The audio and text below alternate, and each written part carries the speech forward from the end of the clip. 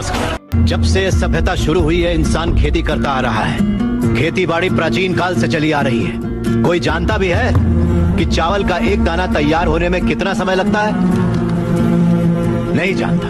120 दिन तक जब एक किसान का पसीना उस धान के खेत की मिट्टी में बूंद बूंद मिलता है, तब जाकर अन्न पैदा होता है। और ये भी बता दूं कि हमारे देश में खाना बर्बाद नहीं किया जाता। अगर वही देश किसानों को बर्बाद होता देखता रहे तो फिर हम किसके पास जाएंगे? खाना खिलाने वाले से कहा जाता है अन्नदाता सुखी भवतु। ये अन्नदाता है कौन? खाना पकाने वाला या परोसने वाला नहीं है, अन्न उगाने वाला है।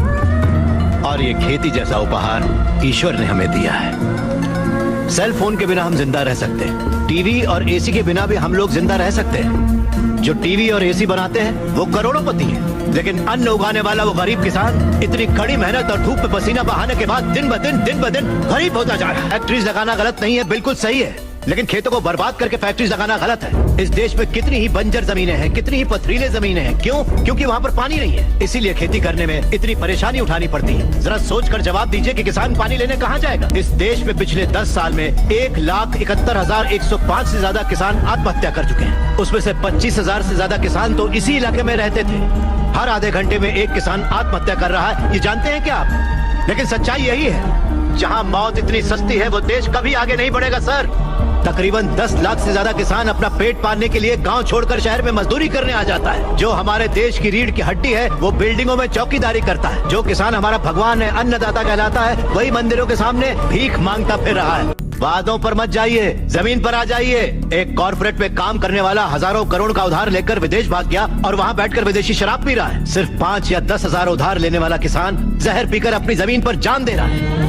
इन कॉर्पोरेट्स की काली करतूतों की वजह से हमारी हरियाली जली जा रही है। खेत सींचने वाली नदियां फैक्ट्री से निकलने वाले गंदे पानी से जहरीली होती जा रही हैं। ये मल्टीनेशनल कंपनीज की मशीनें हमारी खेती वाली जमीन पर कब्जा करके उन्हें खत्म करती जा रही हैं।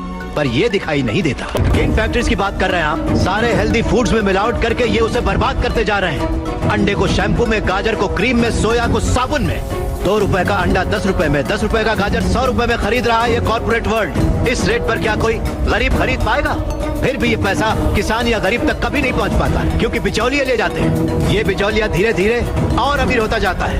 अन्न पैदा करने वाला किसान गरीब से गरीब होता जाता है। पौष्टिक खाना न मिल पाने की वजह से गरीब बच्चे, गरीब बूढ़े बीमारी से मर रहे हैं सर। नौकरी कैसी भी हो हमारी बेहतरी के लिए होनी चाहिए, लेकिन हम उन फैक्ट्रियों के गुलाम बनकर अपनी जिंदगियां खराब कर रहे हैं। याद रखिए, खेती भी एक उद्योग है और किसान उद्योगी है। अगर हमारे गांव की समस्याओं को आप लोगों ने नजरअंदाज किया तो एक न एक दिन हर गांव हमारे गांव जैसा ही बन जाएगा। समझ जाइए आप लोग।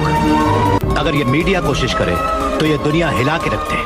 वो ताकत है आप में। लोगों के दर्द को आपको बताने के लिए आपको परेशान किया, उसके लिए माफी चाहिए। अगर आपको लगे कि ये सही है तो हमें न्याय दिलाने के लिए हम सबकी मदद कीजिए।